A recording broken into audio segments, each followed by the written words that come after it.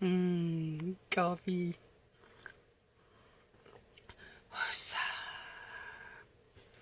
I am so feather whacking ready for 9:51 a.m. today. I wonder if I'm not actually watching a clock, if I will be able to simply feel Mercury settle back down. As in stationary direct. Not exactly normal, but close enough for me at this point. That was woo to the woo speak right there, peeps. I'm not sure why this retrograde affected me.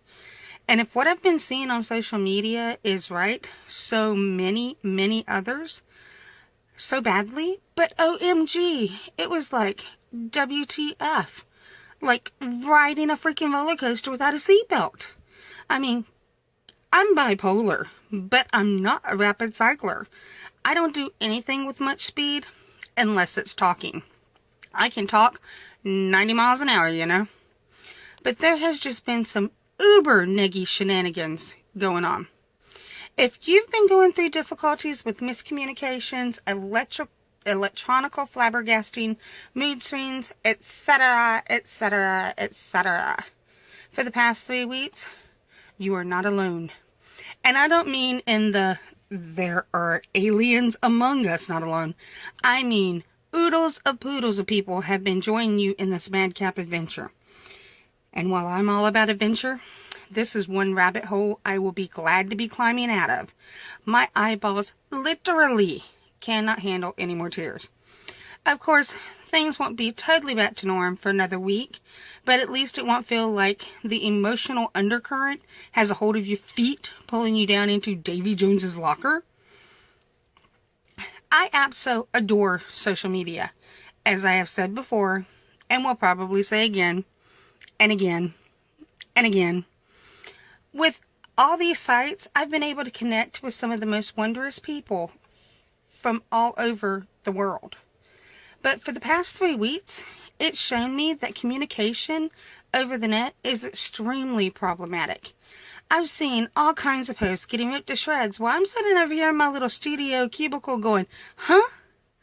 What? I don't even know. I can't even right now. You see, I say silly phrases and post quirky, funny status messages all the time. Arg, my pot didn't crock. Because my crock pot went on the blink and didn't cook my dinner. Someone asked me if I lost my train of thought. I just laughed. Because it's never been on the rails. I blanked out during a call. So the secret mission was a success. When I managed not to tell my bestie that her oldest son was coming home for the weekend from the army and had asked me to pick him up. The "I'm with child" pronouncement as I walked into her house sent her into orbit. I was with child. It just happened to be her child, not mine.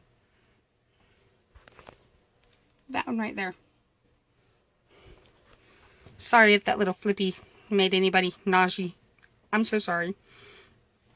So when I posted, "It's time to consign myself to a night of stupidity, yay me being an adult and shit," I simply meant I was starting my shift on the phones.